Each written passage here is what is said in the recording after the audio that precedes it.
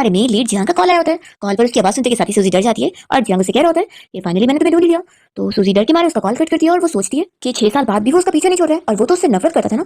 फिर वो जल्दी से अपना सामान पैक करने लगती है और अपने फ्रेंड जाओ को कॉल करके बता देती है कि जियांग ने मुझे ढूंढ लिया है, इसलिए मुझे जल्दी से निकलना होगा। फिर वो यहाँ निकलने वाली होती है कि तभी उसके मेन गेट से जियांग यहाँ पर घर में उसके आ जाता है और कहने लगता है कि वाइफ तुम कहाँ पर जा रही हो। तो सूजी फिर प्रेटेंड करने लगती है कि मैं वो नहीं हूँ जैसे तुम समझ लो। तो वो उसे तुरंत ही रोक देता है और कहता है कि हाँ तुम पहले से काफी डिफरेंट लग रही हो। वो याद कर रहा होता है कि पुराने टाइम में कैसे उसने उसकी गाल पर टिक लगाया था, तो वैसे ही वो उसकी लिपस्टिक को लगा देता है और कहता है कि अब बिल्कुल सेम लग रही हो। सूजी से कहने लगती है कि जान तुम मुझे जाने दो। तो फिर वो कहता है कि तुमने मेरे ग्रैंडपा से 20 मिलियन ली थी ना, तो क्या इतने सारे पैसे लेने के बाद भी तुम्हारी लाइफ इतनी खराब चल रही है। तो फिर वो कहती है कि सिर्फ 20 मिलियन ही थी ना, मैंने खर्च कर दी, और वैसे भी तुम तो अपनी इतनी रिच फैमिली के वारिस हो ना, तुम्हें आखिर क्या है, तुम मुझ जैसी झूठी को भूल के नहीं जाते हो, मेरे पीछे क्यों पड़ते हो। जियांग कहता है कि तुम बिल्कुल सही कह रही हो। तो सूजी कहती है कि यानी फिर तुम मुझे जाने दे दो। तो वो उसे हाँ बोल देता है और कहता है कि मैं तुम्हें 10 सेकंड का टाइम दे रहा हूँ, तुम अगर चली गई तो ठीक है। तो फिर वो जल्दी से भागने लगती है और जियांग नंबर काउंटिंग कर रहा होता है और उसके स्वेटर का जो रेड धागा है वो उसके हाथ में होता है और वो पुरानी चीजें याद करते हुए सोच रहा होता है कि सूजी तुमने मुझे बोली थी कि तुम मेरे हाथ में पकड़ी हुई काइट की तरह हो, कि तुम मुझसे कहीं पे भी दूर नहीं जाओगी। और सूजी फिर उस थ्रेड की वजह से फंस जाती है और पीछे मुड़कर फिर उसे कहती है कि तुम्हें क्या लगता है कि एक धागे की वजह से तुम मुझे यहाँ पकड़ लोगे। वो उस धागे को काटकर जल्दी से गेट खोलने जा रही होती है कि तभी इतने में जियांग का गार्ड बाहर से लॉक कर देता है और फिर सूजी यहीं पर ही फंस जाती है। सूजी फिर गुस्से में उसके पास आकर उसे चिल्लाती है कि तुम झूठे हो। तो कहता है कि तुम भी तो वही हो।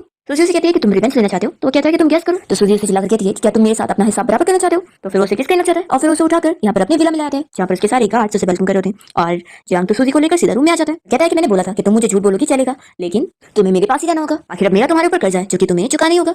तो फिर सूजी हार मान जाती है और कहती है कि ठीक है, तुम चाहते हो कि इस तरीके से ही मैं तुम्हें रिपे करूं, तो बताओ ये कब तक चलने वाला है। तो ये सुनकर वो गुस्सा होता है और फिर फोर्सली उसे किस करने लगता है। इतने में यहाँ पर सूजी के दिए हुए सरप्राइज गिफ्ट की लाइट जलने लगती है जिसे फिर दोनों ही देखते रह जाते हैं और अपने पास प्यार करते हैं। हमें फिर फ्लैशबैक में दिखाते हैं कि सूजी और जियांग का रिलेशन बहुत ही अच्छा चल रहा होता है और जियांग सूजी से ये डिस्कस कर रहा होता है कि अगर वो दोनों का बेबी हो जाएगा तो तभी वो उसे सरप्राइज देती और बताती है कि वो डैड बनने वाला है। तो फिर वो बहुत ज्यादा खुश होता है और यहाँ पर फिर इसके साथ ही फ्लैशबैक खत्म होता है और जियांग सूजी से कहता है कि ठीक है मैं तुम्हें छोड़ दूंगा, लेकिन तुम मेरे बच्चे को मुझे दे दो। फिर वापस से हमें एक फ्लैशबैक दिखाते हैं जिसमें सूजी जियांग को छोड़कर जा रही होती है। तो फिर वो उसे मना रहा होता है और रोककर कहने लगता है कि वो प्रेग्नेंट भी है। तो सूजी उसे साफ कह देती है कि मैं कोई प्रेग्नेंट नहीं हूँ। फिर इसी के साथ ही फ्लैशबैक खत्म होता है और सूजी यहाँ पर जियांग से कहने लगती है कि जब कोई बच्चा है ही नहीं तो मैं तुम्हें क्या रिटर्न करूँ। तो कहता है कि अभी नहीं है तो क्या हुआ, ऐसा जरूरी थोड़ी ना कि फ्यूचर में भी ना हो। सूजी उसे चिल्लाने लगती है कि तुम पूरे पागल हो चुके हो। वो कहती है कि तुम चाहो तो किसी भी लड़की को चूज कर सकते हो, तो आखिर मैं क्यों। तो जियांग उसे कहता है कि तुमने मुझे झूठ बोली ना तो उसकी कीमत तुम्हें चुकानी होगी, तुमने खुद बोली थी ना कि हमारा बच्चा होगा, तो अब हो के रहेगा। तो बोलकर वो उसे फोर्सली किस कर रहा होता है और सूजी उसे दूर करने की कोशिश कर रही होती है। इतने में एक गार्ड बाहर से जियांग को आवाज देकर उसे बताने लगता है कि उसके ग्रैंडपा आए हुए हैं, वो तुरंत ही उसे बात करने के लिए बुला रहे हैं। तो फिर